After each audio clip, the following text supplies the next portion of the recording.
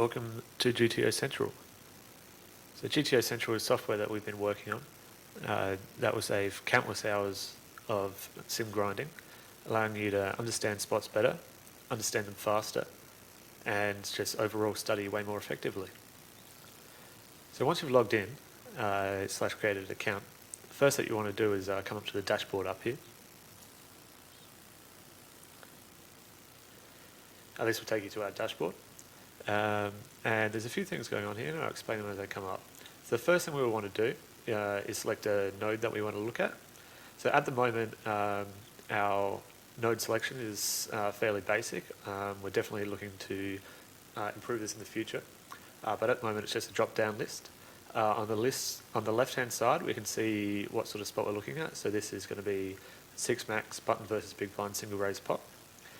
Down here, there's a couple heads-up single raise spots as well.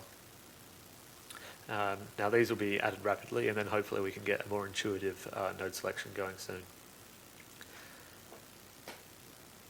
So the spot I'm going to look at here is just going to be a single raised pot button versus big blind when it's been checked to us, and we're deciding whether to c-bet or not. I'm just going to select that here. And immediately you can see that a tree has popped up there, and then down the left-hand side here, you've got all sorts of charts going on. So these are the two main sections that we have.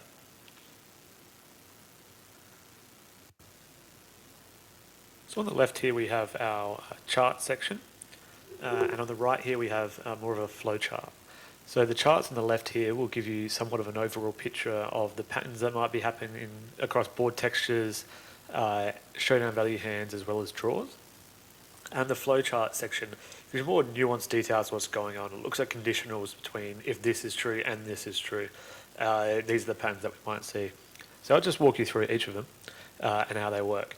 So on the left here, there's a few patterns that strike out. We can see that we want to bet small when the flop's paired and smaller when it's monotone. Those of you who have studied this spot will be very familiar with that. And then also here we can see that the middle-in cards tend to want to bet bigger, and this is for the flop, the top card on the flop. And there's a bit more smaller betting going on with some of these top ranks. However, there is a bit more nuanced detail that does exist in this spot. Those of you who have studied this spot will know that this doesn't tell the full picture here, and I'll show you how we can get a bit more down to the full picture.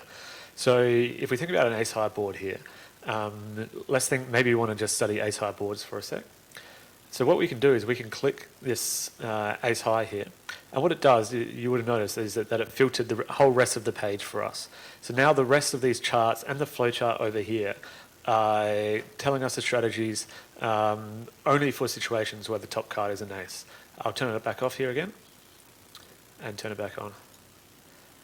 And now we can start to see the pattern that the charts were really trying to tell us. You can see that when the second card on the flop is a Broadway card, we're going to be using a lot more bigger bets, and when it's the second card is a lower card on the flop, we're going to use some smaller bets. And we can start chaining a few of these together to give us more accurate strategies on how to play, because we generally, obviously don't want to play all our hands in this manner, so we can start to explore here a little bit. And this is what the software is really good for, exploring and finding patterns that you might not otherwise notice grinding sims. So what I'm going to do here is I'm going to select the flop as not paired. And I'm also going to select two situations here. We're going to look at when the flop's the flush draw and rainbow boards as well. There is some differences between them, but we're just going to merge them together. So to do that, I'm going to hold Control and click on 2 and 3 here.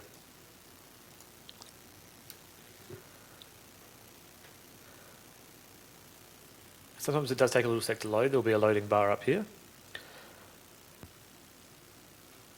And the other one I'm going to select here is we're just going to filter down for that second card, because it's very clear that we want to play a different strategy on an ace plus Broadway board versus an ace plus lower card board. So I'm going to hold Control again just to select all of these.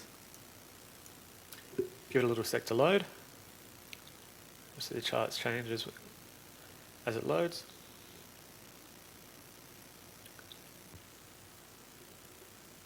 And finally, I'm just going to select the low cards here for the third rank. So holding control again, clicking through all of them.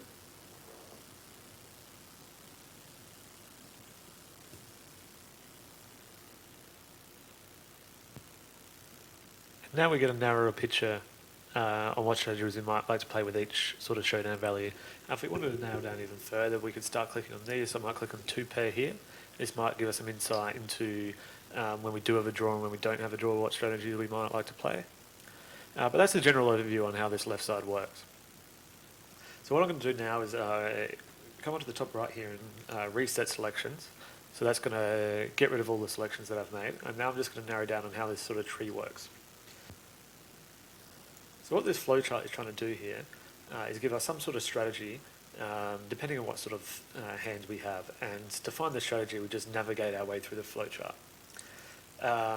So I'll come through the shortest path here. So the way that we follow this, I'll just zoom in a little bit, is the first decision it wants us to decide on, whether the flop's paired or not. Let's just say for the sake of example it is. And here it's asking, what's the second card rank? And here if it's saying, if the second card is greater than or equal to 9, then it wants us to play a very high c-bet strategy with every hand. If it's less than 8, and we're doing a lot more checking. And similarly, we can do the same through the top pass here. However, what you might notice is this, isn't the most nuanced strategy that's going on. However, the power of this tree here is just how customizable it is. So there's 2 ways to sort of like drill down and get, a few more detailed strategies. One is we can start expanding the tree. So if this second card rank here is less than 8, we can start expanding further decisions down here, and we can do that in a variety of ways. The other option is what we're doing before, clicking on filters down the left here. This tree gets filtered as well and gives us a strategy lead accordingly. I'll show us both ways of doing this. So when we're looking to expand the tree, we essentially want to play with the settings up here.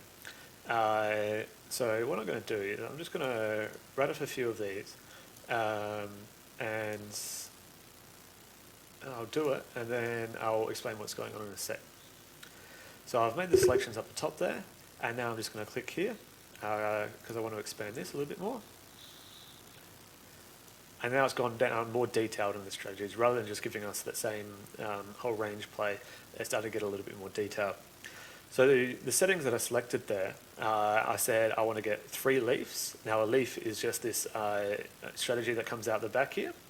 I've also said I want it to make its decisions based on what our showdown value is and what our draws are. And we have these tick boxes here that can tick box what we want it to make its decisions on. For example, if we're not interested in a certain property of our hand, we can untick it and it won't make its decision based on that. And you would have seen me do that with these flop selections here. So I thought that this tree picked up on a lot of flop textures going on and didn't need to go into more detail on that. So I deselected the flop decisions there, so that the decisions that it was going to make through here was be just based on showdown value. And there's no limit to how far we can push this. So now it's giving us a good partition of showdown value here. So maybe I'm not interested in making any more decisions there.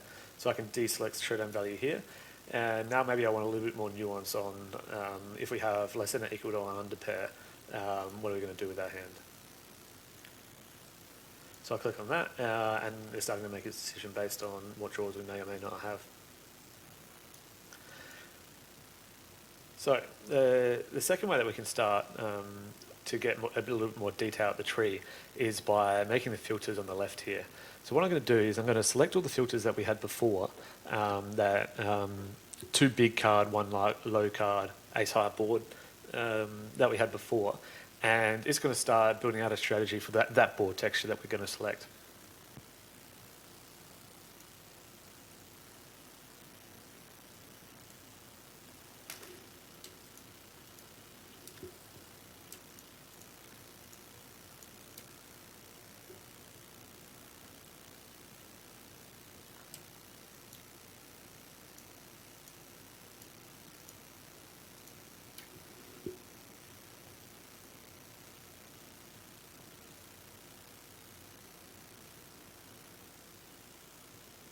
Now I've made our selection on the ace high board with another Broadway card and another low card.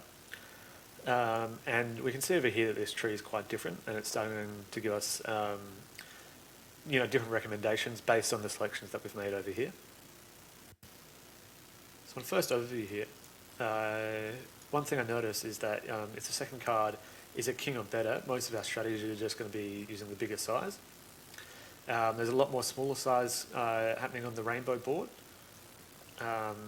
If we're looking at the second card being a queen or less. But maybe this isn't the tree that I want at all. And maybe I've decided that this is a flop texture I want to group my strategy by. Now over here, now I only want to make my decisions based on our showdown value and what draws we might have. So we can start to collapse some of the flowchart nodes that we got going on here.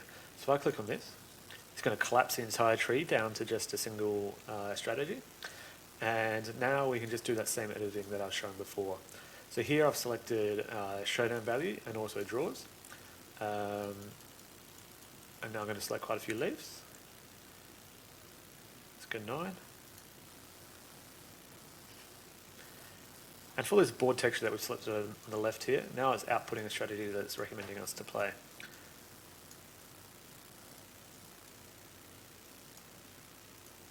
So the first thing that we notice isn't too surprising, that if we have 2 pair or better, we're going to be betting most of the time. And then if we have less than or equal to 1 pair, now we're making decisions on whether we have how many straight outs we have, and if we have straight outs, how many do we have a flush draw or not. Now if you don't have any straight outs, now it's going back to the strength of our hand, so we're deciding on showdown value again. And if we have a weak hand, now it's making a decision based on the draw that we might have. So at any point, if you think any of these decisions aren't nuanced enough, you can continue to expand the tree at any point that you like. So hopefully that gives you a good overview on how this dashboard works. So as it comes to these properties over here, it looks like there's a fair few of them here. However, we're going to be adding a lot more, particular blockers that we might have, what kickers we might have, etc., etc. More stuff that's going to be useful when it comes to building a strategy. And then these strategy recommendations and the strategy explorations will start to become a lot more stronger. So if you're confused or have any questions on how this works, feel free to shoot us an email, contact us via Discord or any of our social medias, and we'll be happy to help you out. And if you notice any bugs, please be sure to let us know as well.